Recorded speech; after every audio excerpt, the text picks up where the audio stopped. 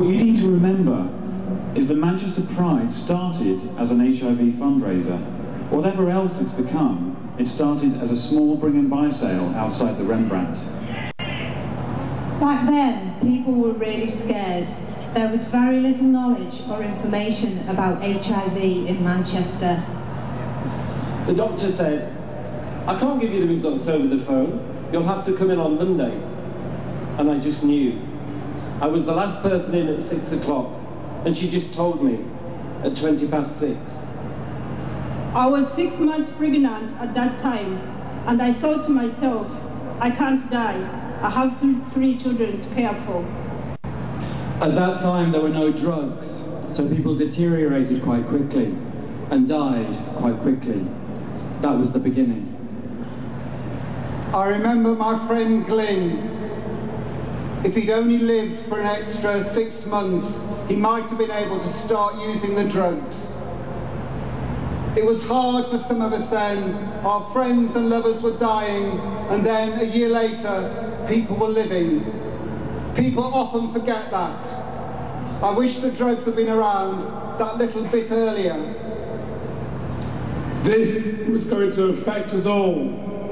It would have a huge impact on the gay and lesbian community.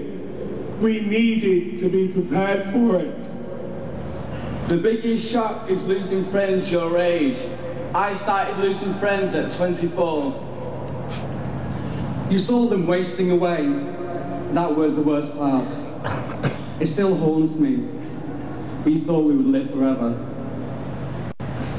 It's hard to imagine it now, but for a while it was like being in a war. I miss him every single day of my life, and I always will. HIV has shown the strength of people's friendships and relationships.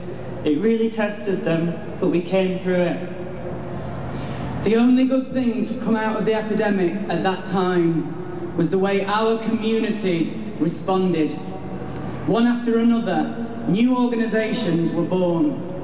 George House Trust, Body Positive Northwest, Healthy Gay Manchester, and later, the Black HIV Forum, the Lesbian and Gay Foundation, and a host of others. We answered the phone, we talked to people, sent out information. This was all started by a group of gay men and their lesbian friends. This all started here, in the village. Then, in 1996, doctors discovered new drugs that really started to help keep people alive. We then started to help people live with HIV. Almost overnight, people stopped dying. Almost. People should remember and celebrate what we have achieved. Hundreds of different people, in many different ways, volunteered their time and energies and supported people. When I was diagnosed with HIV, I didn't think I was going to be strong enough to live with them. I think Manchester has been the key place. Certainly Manchester City Council was one of the first councils to have policies and campaigns around HIV. HIV has led me into areas which maybe wouldn't have happened. I've been to university, I've travelled, I got into debt, I got a dog. You realise there's no time like now. In Zimbabwe, you've got grandmothers looking after children where their parents have both died. You don't have people in their middle age. You have very old people, and you have very young people. It's like a generation that's been wiped away. This is my 4th Pride. I've made a lot of friends. I made a few friends from the Gay Men's Service, and a few have taken me out to a gay village. I've seen gay men and African women in the parade together for a common purpose here in Manchester. Manchester's response to HIV has been so powerful because of the people. The feeling I got last year was amazing. It was like all the friends I'd lost were stood beside me in the park.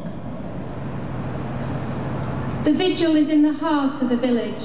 To look out over a sea of candles after everyone has lit them is just incredible. And we couldn't have achieved anything like this without the support of the community here in Manchester.